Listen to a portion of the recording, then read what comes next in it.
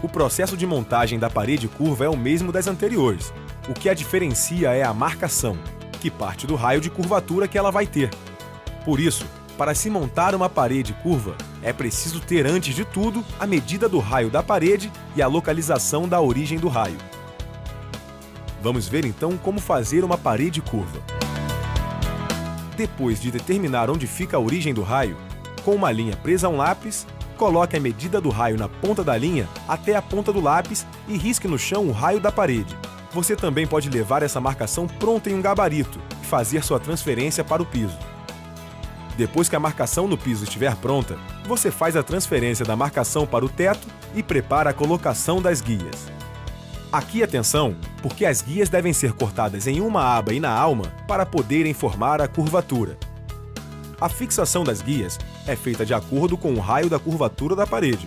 Quanto menor o raio, maior o número de fixações, no máximo a cada 15 centímetros. Depois de fixar as guias do piso e da laje, é hora de colocar os montantes, que devem seguir a especificação.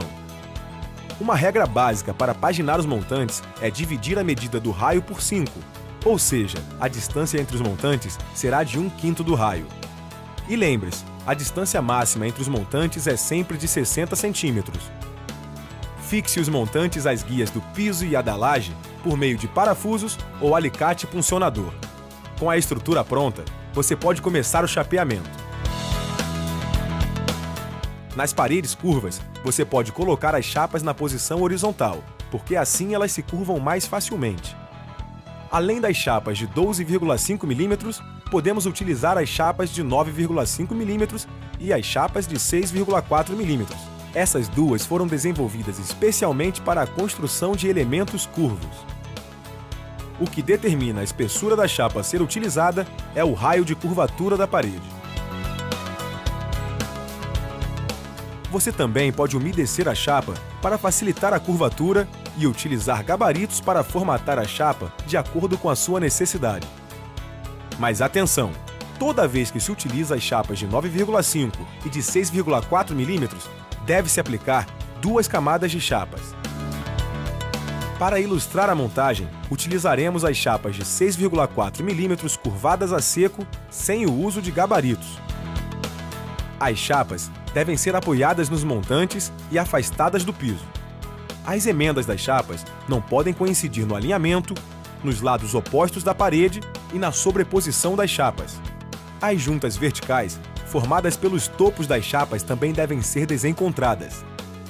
Repare que a fixação das chapas começa pelo meio, vá curvando e aparafusando até fixar toda a chapa. Assim fica mais fácil o seu trabalho. O aparafusamento da chapa deve ser feito em todo o seu entorno com os parafusos a 1 cm da borda. Nas pontas, você deve colocar os parafusos formando um triângulo a uma distância de 5 cm das bordas. A distância entre os parafusos deve ser de 25 a 30 centímetros. Quando a parede receber mais de uma camada de chapas, que é o nosso caso, o espaço entre os parafusos da primeira delas pode ser de 60 centímetros. Já a segunda camada deve ser aparafusada de 25 a 30 centímetros. A profundidade dos parafusos deve ser de 1 mm em relação à superfície. Você deve usar sempre o limitador na parafusadeira. Assim você garante a fixação da chapa e melhora a qualidade do serviço. Depois de pronta esta etapa, é a hora do acabamento. Primeiro, você trata as juntas rebaixadas.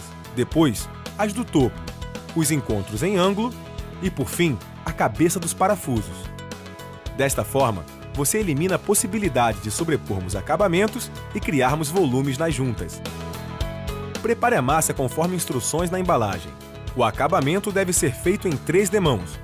Você vai precisar de uma espátula e de uma desempenadeira. A folga deixada no pé da parede deve ser calafetada.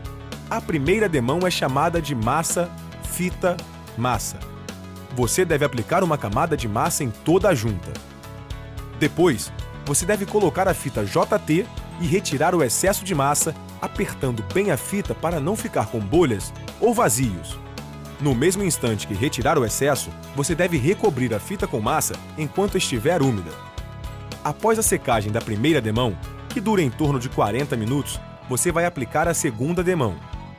Se na segunda demão a junta não regularizar a superfície entre as chapas, aplique a terceira demão de massa. Na terceira demão você poderá usar uma massa mais fluida para conseguir um acabamento mais fino. Nas juntas do topo, a terceira demão é obrigatória. Primeiro você aplica a primeira demão, o processo massa-fita-massa.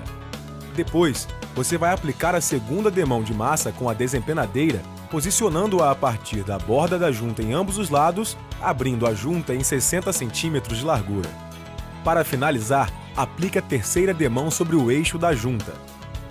Nas juntas do topo, é importante retirar bem o excesso de massa, pressionando bem a espátula ou a desempenadeira para não criar acúmulo de massa. Lembre-se de aguardar o tempo de secagem entre as demãos. Nos ângulos internos das paredes, você deve aplicar as 3 demãos. Só que a fita aplicada na primeira demão deve ser dobrada no ângulo da parede. Já nos ângulos externos de 90 graus, em vez da fita JT, você vai usar uma cantoneira de reforço, ou uma fita CT de papel reforçado com metal. Se os ângulos tiverem mais ou menos de 90 graus, use sempre a fita CT, que tem uma banda metálica de cada lado do vinco. A aplicação das demãos de massa é a mesma. Nos parafusos, aplique 2 demãos de massa em X. A parede está pronta para receber o processo de pintura.